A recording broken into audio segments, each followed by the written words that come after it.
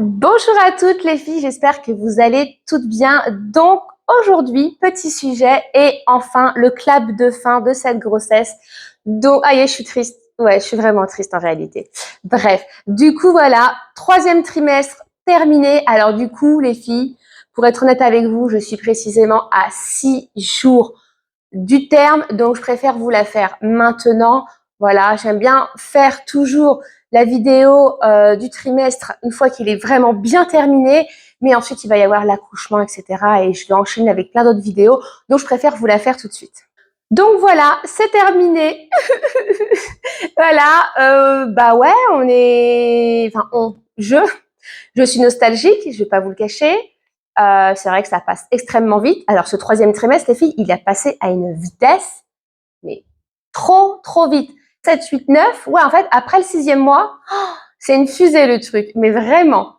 Donc pour celles qui ne savent pas, j'avais fait une vidéo du coup pour raconter mon premier trimestre, mon deuxième trimestre. Je tiens déjà toutes à vous remercier car on est de plus en plus nombreuses sur ma chaîne, donc ça fait très plaisir. Je vois que ça plaît. J'ai beaucoup de retours positifs. Ouais, j'ai rien eu de négatif pour le moment. Donc voilà, donc n'hésitez pas à partager, à liker, à vous abonner, ça fait toujours plaisir. Donc en tout cas, les films et vidéos seront toujours sans chichi, comme je dis toujours. Voilà, j'aime pas les trucs tout lisses, trop parfaits. Voilà, il faut être comme on est dans la vie de tous les jours. Donc pour le coup, avec moi, ça sera toujours comme ça. Alors, comment je me sens? Écoutez, je me sens bien. Comment je me suis sentie plutôt pendant ce troisième trimestre? Sincèrement, ça va, on va pas se plaindre. La seule chose, c'est que c'est vraiment en dents de scie, en fait. C'est qu'il y a un jour, je vais me lever méga fatigue, vraiment. Et le lendemain, je vais me lever, j'ai une patate de folie. Donc des fois, c'est vrai qu'il y a des jours, je me dis, allez, je vais faire ça, ça, ça. Mais j'ai une fatigue impossible. Donc je suis cloîtrée à la maison, allongée sur mon canapé ou dans mon lit. Enfin, le lit pas trop en ce moment, en plus c'est plus canapé. Et je dors et je comate. Voilà. Et il y a des jours, j'ai la patate. Du coup, ce que je fais, c'est que j'en profite pour aller à la salle de sport, car vous savez que j'ai continué la musculation jusqu'au 9e mois de grossesse. Donc c'est vrai que pour le coup, je vais à la salle de sport, j'ai une patate, je rentre, je mange, je fais mes petites courses. Bon, après, attention, je vous avoue les filles, petite sieste obligatoire, ça c'est le numéro 1. Alors pour ce troisième trimestre, j'ai vraiment continué à tout faire. Ménage, les courses, porter les charges lourdes. Je me suis jamais arrêtée ou empêchée de faire quoi que ce soit. Je trouve que déjà c'est hyper important pour vous, pour avoir la patate. Pareil, prendre soin de soi, super important. J'ai continué à faire mes ongles, mes soins, etc. Parce qu'en fin de grossesse, je peux vous dire, on n'est pas très jojo. On est gonflé de partout, on prend du poids, on a des fringales. En ce moment, je suis en mode Nutella, alors que moi, jamais de la vie, je vais manger du Nutella. Des fois, je me dis, mais en fait, mais comment je vais faire après? C'est pas grave, pas de panique, Charlène. On va reprendre le sport à fond les ballons. Mais c'est vrai qu'on se pose plein de questions, on angoisse un peu parce que c'est là, en fait, où on prend plus de poids le dernier mois, quoi. C'est là où le bébé, en fait, il va prendre le plus de kilos. J'ai fait de la piscine, la musculation à la salle de sport. Venez me regarder avec des grands yeux. Mais ne vous inquiétez pas, je sais ce que je fais à la salle de sport. Au contraire, donc je fais 30 minutes de marche sur le tapis. Et ensuite, je fais des squats et j'essaie de travailler un petit peu le haut du corps parce que c'est vrai que moi, je prends énormément du gras au niveau des bras. Je sais pas pourquoi. Je sais pas ce qu'ils m'ont fait, mes bras. Mais c'est là où je vais prendre le plus de gras. Et puis, bien évidemment, j'ai pris un peu des cuisses. Donc, on essaye quand même de rester, de faire attention à soi. Et pour la piscine, les filles, franchement, je vous le conseille à 10 000%. Mais qu'est-ce que c'est bon, la piscine? Le problème, c'est que je peux pas y aller toute seule parce que j'ai toujours peur qu'il m'arrive un truc ou autre. Donc, en général, j'ai avec ma fille. Mais ensemble, ma fille, elle est en vacances. Donc, c'est très compliqué. Du coup, je suis trop triste là. Je rêverais d'y aller pour aller faire des longueurs. Ah bah tiens, vous me faites penser à un truc. Je vais aller demain matin. Et je vais emmener monsieur avec moi. Voilà. Donc du coup, moi, c'est faire des longueurs. J'adore ça. En plus, ça rafraîchit. Quand je suis dans l'eau fraîche, les filles, en plus, on est en mode canicule sur Paris. Donc je peux vous dire que c'est trop bon. Alors, pour celles qui ont la chance d'avoir une piscine, j'ai envie de vous dire, allez-y à fond. Mais ça vous fait un bien fou. Je rentre à la maison, je me sens trop bien. Donc tout ce qui va être échographie, etc. Écoutez, au niveau de l'échographie, tout était nickel, bébé allait bien. La seule chose, c'est qu'il m'a dit que le bébé faisait déjà un gros poids, qu'elle avait une grosse tête. Il m'a bien fait savoir. Donc ça allait être un gros bébé. Du coup, ça m'a fait un petit peu peur. La seule chose que je veux pas dire regretter, parce que j'ai pas regretté, mais c'est vrai que je me suis mis dans ma tête, moi toute seule, Charlène, me suis mis dans la tête en fait que j'allais accoucher de telle date à telle date. Je ne sais pas pourquoi j'ai été me mettre ça dans la tête. Et du coup, bébé n'est jamais arrivé pendant cette période. Donc, moi, je l'ai communiqué un peu à Pierre-Paul Jacques dans ma famille. Ouais, de toute façon, je vais accoucher là et là. Et je me fais harceler de messages. Encore une fois de plus, ma mère y a pris pour son grade. Alors, tous les matins, j'ai le droit au petit message. Alors, rien à signaler? Non! Mais laissez-moi tranquille! Donc voilà, donc non, on va la laisser encore au chaud jusqu'au bout. Voilà, si elle veut aller jusqu'au terme, eh ben, va aller jusqu'au terme. J'espère pas trop. Mais voilà, mais c'est vrai que je sais pas pourquoi j'ai été mettre ça dans la tête comme ça, me dire ah non, tu vas accoucher de telle date à telle date. Mais non, je suis pas devin. Donc bref, du coup, bah maintenant, je regrette parce qu'au final, bébé n'est toujours pas là, mais c'est pas grave. Vous avez une prise de sang avec un rendez-vous chez l'anesthésiste pour votre futur péridurale. On l'espère fort. On croise les doigts. Péri. J'ai pas connu ça pour ma première, donc du coup, je vais prier pour l'avoir. Et en fait, cette prise de sang, bah, on vous la fait faire en général. Faut pas la faire trop tôt, ça sert à rien du tout les filles, au début du 9e mois de grossesse. Et là, comme j'arrive à la fin du 9e mois, la sage-femme m'a dit, mais elle est périmée, votre prise de sang. Je ne savais même pas. Je crois qu'elle est valable que 15 jours. Donc, du coup, j'en ai vite refait une, là, à 1 semaine de mon terme. Alors, qu'est-ce qui vérifie? En fait, c'est vos plaquettes. Chose que pour ma fille, les filles, j'avais donc mes plaquettes, la prise de sang était nickel. Et en fait, le jour J, il s'est avéré que mes plaquettes ont grave chuté. Donc, du coup, c'est pour ça que je n'avais pas eu de péridurale parce qu'il y avait un risque de paralysie complet de la moelle épinière.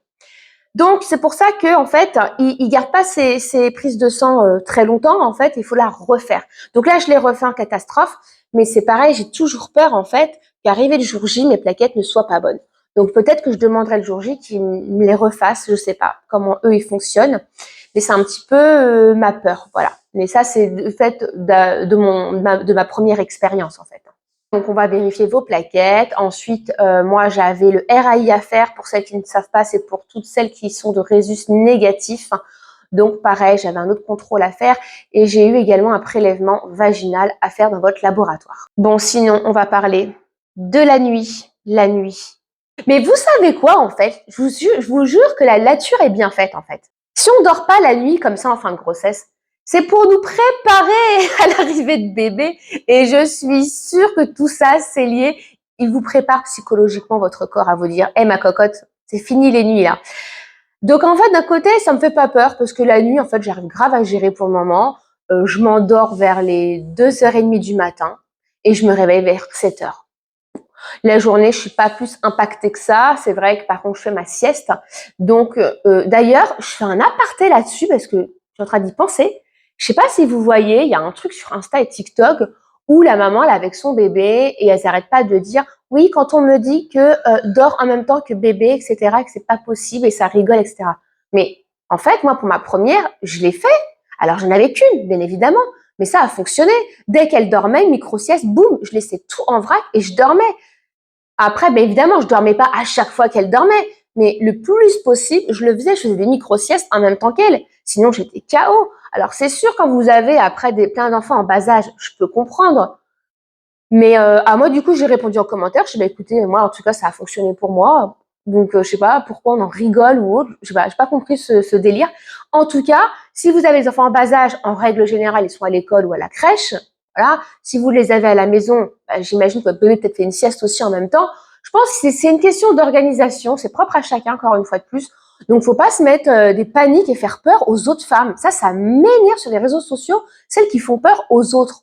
En fait, elles appréhendent déjà d'avance. Non, tout va très bien se passer à la maison, en fait. C'est juste qu'il faut bien s'organiser. Donc, pour revenir à mes nuits de folie, c'est sûr, je préférais sortir en boîte que... Je rigole, j'aime pas les boîtes de nuit. Mais je préfère sortir en soirée, m'amuser, rigoler, que passer mes nuits blanches devant Netflix. Je n'en peux plus de Netflix, les filles, franchement. Alors du coup, j'ai dû me faire toutes les séries pas possibles. Et là, d'ailleurs, je suis en galère de séries. Donc, si vous avez une série à me conseiller, les filles, n'hésitez pas à me le mettre en commentaire. Soyez solidaires, s'il vous plaît. Alors, au niveau de la position pour dormir, non mais, je dors semi-assise. Semi-assise. Non mais, il faut le faire. je dors comme ça. Et puis, je mets toujours un petit boudin quand même, le coussin d'allaitement ici. Et je dors comme ça. Alors, par moment, je me tourne, mais je suis trop mal. Alors, moi, j'ai un problème, les filles, c'est au niveau de mes intestins. J'ai des douleurs intestinales phénoménales. Tiens, ça rime. J'ai des douleurs horribles au ventre. Alors, vive la constipation, anticipez hein, les filles. La sage-femme d'ailleurs, elle vous le dit. Hein. Prenez des médicaments. Hein. Ne laissez pas la constipation vous pourrir la vie, surtout le jour J de l'accouchement. Anticipez. Et mais en fait, je pense que mes intestins là, ils sont complètement broyés par bébé. Ils ont plus de place. Et c'est plus ça qui me fait mal en fait. Et en fait, j'avais vu, c'est vrai au tout début, mais ça, je crois que j'en ai parlé dans ma vidéo du deuxième trimestre. Moi, j'avais dit attention, faut pas dormir sur le côté gauche. Ouais. Il faut pas dormir sur le dos. Mais si, en fait, vous pouvez. Et du coup, moi, je me mettais mal dans mon lit à cause de ça. Je me disais, non, ça se trouve, c'est dangereux sur le dos, etc. Et en fait, la sage-femme, elle m'a dit, mais si, vous pouvez. Enfin, faut arrêter de voir ce que vous pouvez voir. De toute façon, à partir du moment où vous vous sentez mal pour dormir, c'est certainement bébé peut-être se sent mal aussi. Donc, mettez-vous dans la position où vous vous sentez le mieux. Tout simplement, en fait. Faut pas chercher des fois midi à 14 heures. Hein. Donc, moi, du coup, ma position, semi-assise, ou des fois, j'essaye de tourner un petit peu sur le côté, mais quand je me réveille, ouah, j'ai trop mal au ventre. Les nausées, les filles, on en parle ou pas des nausées? Déjà, je ne savais même pas que j'allais réavoir des nausées. Oh, horrible, des envies de vomir. Alors, on dit souvent que c'est un signe d'accouchement. Ouais, enfin bon, ça c'est un mois que j'attends. Signe d'accouchement, si vous tapez sur Google, mais vous avez du grand n'importe quoi. Ah ouais, enfin, c'est aparté encore une fois de plus. Quand je fais des grands ménages, on me dit oh ça c'est le signe que tu vas accoucher. Non désolée ma belle, mais chez moi je fais le grand ménage tous les jours, donc j'aurais déjà accouché depuis des années en fait. Hein. Non mais c'est n'importe quoi ça aussi. Les nausées c'est franchement c'est chaud quoi. Je veux dire à un moment donné, je veux pas prendre remontée gastrique aussi, pareil c'est revenu, c'est fou. Je pensais pas, j'avais complètement oublié cette phase. Mais alors par contre je ne prends pas du Gaviscon, je ne prends pas d'Oliprane, j'évite au maximum les médicaments. Franchement, les filles, si je peux vous le conseiller, c'est d'éviter de prendre des médocs. Franchement, pendant votre grossesse, j'ai dû prendre peut-être 2 Doliprane. Au début, je prenais même des vitamines que mon gynécologue m'avait prescrit. Je les ai stoppées. Je les ai stoppées parce que je me dis, en fait, si je suis réellement en carence, je les prendrai. Mais si je suis pas en carence, je ne vais pas les prendre. Après, qu'est-ce que j'ai eu d'autre en douleur? Ben, des douleurs de règles, oui, vraiment, pareil, à partir du 9e mois, des douleurs de règles assez fortes. Et c'est là que j'ai senti vraiment que, aïe, le col peut-être commençait à s'ouvrir. Et effectivement, c'était ça, parce que quand j'étais consultée, j'étais déjà ouverte à 1 centimètre. Donc, pas de panique, hein, je continuais bien évidemment de bouger, de marcher, de prendre ma voiture, d'aller là où j'avais envie d'aller. Je me suis restreint en rien du tout au niveau de mes activités, malgré que mon col ait commencé à s'ouvrir. Après, il y a les douleurs de dos qui sont phénoménales. Oh, là, juste en bas du dos, franchement, les filles, c'est horrible. Donc, j'essaye de me faire masser. Par contre, il y a juste un truc que j'ai pas fait. J'aurais peut-être dû le faire. C'est le massage pour les femmes enceintes. Voilà. Quand je me suis renseignée, on m'a dit non, mais tu peux même le faire jusqu'au terme. C'est vrai que j'ai pas eu l'occasion de le faire. C'est la seule chose peut-être que je regrette pendant cette grossesse. Et à la rigueur, si vous, on vous a offert, ou si vous avez un anniversaire ou un Noël, demandez ça, les filles, un massage pour femmes enceintes. Et faites-le, par contre, gardez-le bien à la fin de votre grossesse, parce que c'est là, je pense qu'on en a besoin le plus, en fait. Bah, après, il y a les contractions. Bah, les contractions, en fait, c'est le ventre qui durcit, mais j'ai zéro douleur.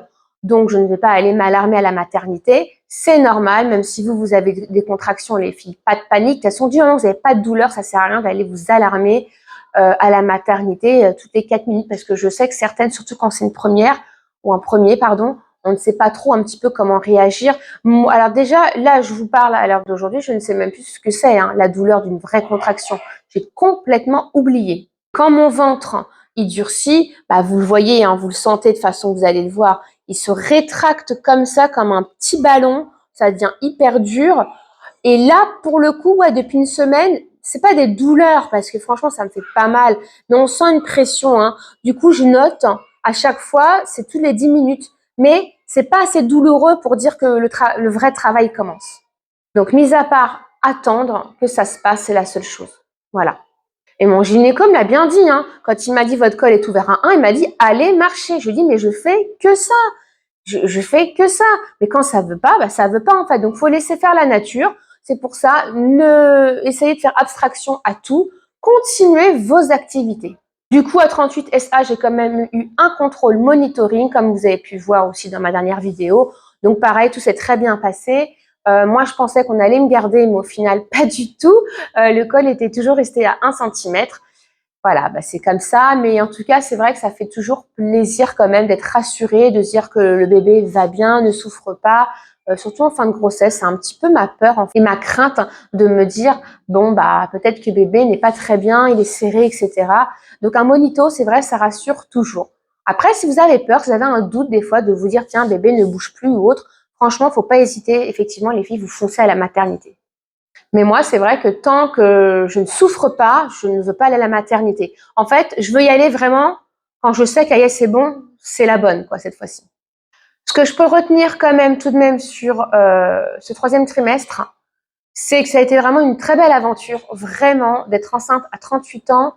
Alors, je suis pas en train d'insinuer que je suis vieille, mais c'est vrai que franchement, j'ai été agréablement surprise de cette grossesse. Je l'ai vraiment bien vécue, encore mieux que ma grossesse à 23 ans. Vraiment, j'ai été plus en forme que ma grossesse à 23 ans. Franchement, j'ai eu beaucoup de compliments aussi sur moi-même, donc ça fait très plaisir. Et je me suis sentie vraiment très bien dans mon corps. Alors c'est vrai que des fois c'est pas tout rose parce qu'on va souffrir, il y a les nausées, il y a la fatigue, etc. Mais ça reste quand même une très belle expérience. En tout cas, la seule chose que je peux dire les filles, c'est qu'il faut vraiment rester positif tout au long de votre grossesse. C'est vrai que quand on est enceinte, on souffre, on a des nausées, on n'est pas bien, machin, on a mal, etc. Mais on a tellement toutes des parcours différents qu'il faut toujours se dire non, en fait, j'ai de la chance d'être enceinte et je vais kiffer à fond. En plus, ça passe tellement vite, 9 mois en réalité, que quand on arrive à la fin, on se dit mince. En fait, votre ventre, je vous le dis les filles, il va vous manquer à la fin. Vous allez vous dire mince, c'était trop bien d'être enceinte. Mais ouais, c'est trop bien. Enfin, ça a des avantages bien évidemment et des inconvénients, mais en soi, c'est tellement magnifique. Donc vraiment, kiffez à fond votre grossesse. Moi, en tout cas, j'ai kiffé la mienne.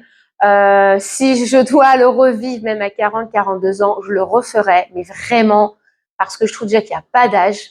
Si vous vous sentez fatigué, pareil les filles, n'hésitez pas à faire des siestes, à vous reposer au maximum dès que vous le pouvez, que ce soit l'après-midi, le matin, même la nuit, vous n'arrivez pas à dormir ou je ne sais autre, mais essayez vraiment de vous reposer au maximum parce que la fin, c'est le plus important, c'est là où bébé vraiment finit réellement de se former. Donc, il faut ne pas être fatigué. Faites toujours aussi attention à votre alimentation jusqu'au bout, c'est très important.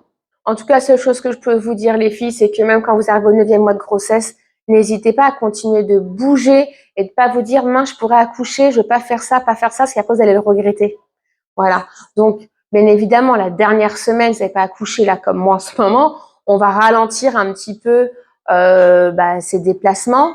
Si je me déplace, par exemple, là ce soir, je vous le dis, je vais me faire un méga resto, voilà, mais c'est pas grave, je vais pas toute seule, mais je vais pas me dire, ah bah non, j'y vais pas parce que je pourrais accoucher. Non, c'est pas grave, on continue on continue sa vie. Donc voilà les filles, la vidéo se termine. C'était surtout pour vous expliquer un petit peu mon ressenti sur ce 3e trimestre. Comme vous avez pu voir, rien non plus de spécial à dire. En tout cas, faites à fond, faites-vous plaisir, mettez votre bidou en avant, faites-vous belle. Je pense que c'est le plus important de se sentir bien. En plus, les gens ils vont vous regarder. Vous savez, les mauvaises là qui vous regardent. Et d'ailleurs, qui vous font la guerre dans les queues là, à la caisse. Mais mon Dieu, mais qu'est-ce qu'elles sont mauvaises celles-là. Et voilà, donc soyez rayonnantes. Et je vous dis à très vite les filles. Et du coup, prochaine vidéo, accouchement. Oh, ça va être super ça encore. Et n'hésitez pas à aller me suivre sur mon compte Insta. Il est tout nouveau, mais au moins comme ça, j'alimente aussi un petit peu tous les jours. Je fais des stories régulièrement et ça fait plaisir. Comme ça, on reste connectés ensemble. Allez, ciao, ciao.